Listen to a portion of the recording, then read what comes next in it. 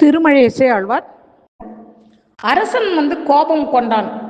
என் விருப்பத்தை நிறைவேற்றாதவர்களுக்கு என் நாட்டில் இருக்க உரிமை இல்லை, இவர்கள் என் நாட்டை விட்டு வெளியேற வேண்டும் என்று கட்டளையிட்டான்.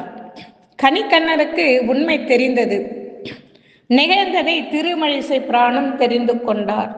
உடனே பெக்காவின் இறைவனிடம் முறையிட்டு கொண்டார். கனிக்கண்டன் போகின்றான் காமுறு பூக்கச்சி, மணிவண்ணா நீ கிடக்க வேண்டாம் துணி உடைய, சென்னா புலவனும் போகின்றே நீயும் உண்டன் பைனாக பாய் சுருட்டிக்கொள், உன்றன் பைனாக பாய் சுருட்டிக்கொள்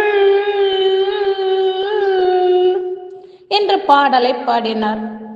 உடனே மணிக்கண்ணருடன் அந்நகர் விட்டு ஏகினார் திருமாலும். பக்தர் உள்ளத்தமிழரானால் பெக்காவில் உள்ள தம் இருக்கையை விட்டு திருமழிசை பிரானும் புறப்பட்டார். சொன்ன வண்ணம் செய்த பெருமாள் காரி. அரசன் அவர்கள் போய்விட்டதை அறிந்து அகமகிழ்ந்திருக்கையில் கோயில் அர்ச்சர்கள், வேந்தே, திருமாலும் பெரிய பிராட்டியும் கோயிலின்று வெளிப்போந்தார்கள் என்றும் முறையிட்டு கொண்டார்கள். அரசன் திடுக்கிட்டு மந்திரிகளுடன் ஆலோசித்தான்.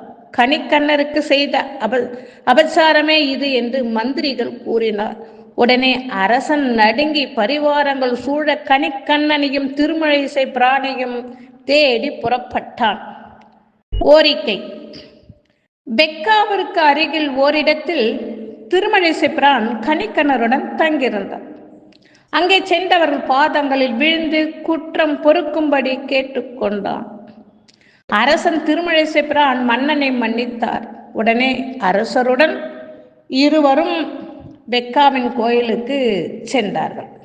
கனிக்கண்ணன் போக்கொழிந்தான் காமுறு பூக்கச்சி, மணிவண்ணா கிடக்க வேண்டும் துணி உடைய, சென்னா புலவனும் போக்கொழிந்தே நீயும் உன்றன் பைதாக பாய்படுத்துக்கொள், உன்றன் பைதாக பாய்படுத்துக்கொள் என்று பாடினார். இறைவன் திரும்பவும் கோயில் கொண்டதை கண்டு களி கொண்டான் அரசன். அன்று முதல் அரசனால் பெரிதும் ஆதரிக்கப்பட்டு இருவரும் அங்கேயே தங்கி இருந்தார்கள். கனிக்கண்ணன், கமலக்கண்ணன், திருமழிசை ஆழ்வார் மூவரும் ஓரிரவு ஓரிடத்தில் தங்கியிருந்த இடம்தான் ஓரிரவு இருக்கை என்ற மருவி தற்காலிகத்தில் ஓரிக்கை என்றாயிற்று. தொடரும்.